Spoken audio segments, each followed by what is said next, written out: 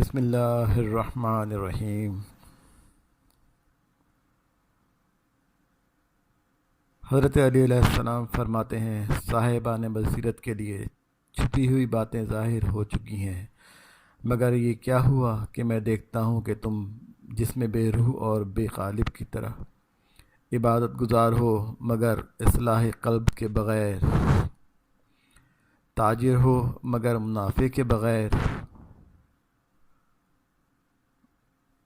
حاضر ہو مگر غائب کی طرح،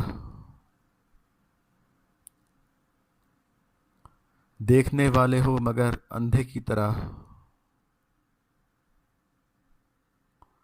سننے والے ہو مگر بہرے کی طرح،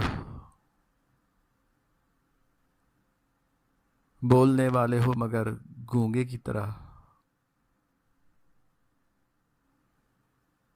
اللہم صلی علی محمد و آل محمد وعجل فرجہم ولعن اعدائہم۔